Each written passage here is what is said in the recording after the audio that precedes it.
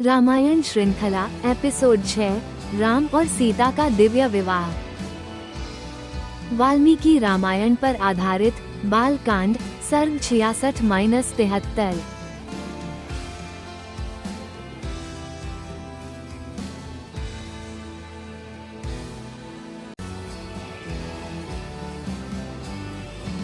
जब राम ने भगवान शिव का धनुष उठाया और उसे तोड़ दिया तो राजा जनक का हृदय खुशी और श्रद्धा से भर गया।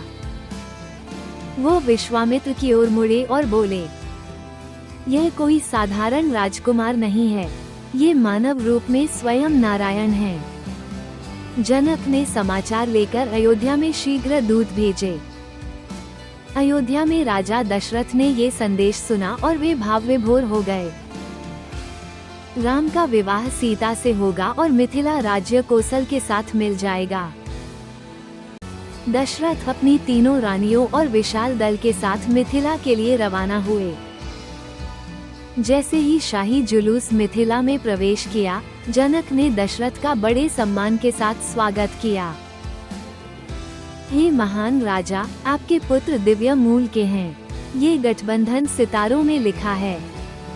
दशरथ ने विनम्र किंतु गर्वित होकर जनक को गले लगा लिया। ऋषि विश्वामित्र और वशिष्ठ ने संघ को आशीर्वाद दिया। जनक ने तब खुलासा किया, सीता का विवाह राम से होगा और उनकी बहन उर्मिला का विवाह लक्ष्मण से होगा। मेरी भतीजी मांडवी और श्रुतकीर्ति भरत और शत्रुघ्न से विवाह करेगी। इस प्रकार दिव्य चतुर्भुज विवाह का आयोजन किया गया। विवाह का दिन आ गया। मिथिला नगरी स्वर्ग की तरह सजी हुई थी। सीता स्वयं लक्ष्मी के समान तेजस्वी होकर पवित्र अग्नि की ओर चली। राम उसके पास खड़े थे, शांत, धार्मिक, प्रकाशमान। वैदिक मंत्रों से वातावरण गूंज उठा। पुरोहितों ने अग्निदेव का आह्वान किया, जो सभी मिलनों की साक्षी हैं। जैसे ही राम ने धीरे से मंगलसूत्र बांधा, जनक ने घोषणा की, आज से सीता तुम्हारी है, हे राम। वो हर सुख दुख में तुम्हारे साथ चलेगी। राम मुस्कुराए, उनकी नजर सीता से मिली। दिव्य दंपत्ति एक हो गए थे, सिर्फ शरीर से नहीं बल्कि धर्म, कर्म और आत्मा से भी। जैसे ही आशीर्वाद का वातावरण चारों ओर फैल गया, अन्य भाई भी आगे बढ़ गए। लक्ष्मण और उर्मिला मौन प्रशंसा से बंधे हुए। भरत और मांडवी कृपा और भक्ति। शत्रुघ्न और श्रुतकीर्ति सौम्य प्रेम और निष्ठा।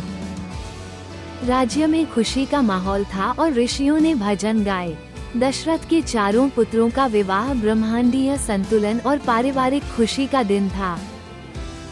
भव्य विवाह के बाद दशरथ अपने पुत्रों और नई बहुओं के साथ अयोध्या लौटने की तैयारी करने लगे।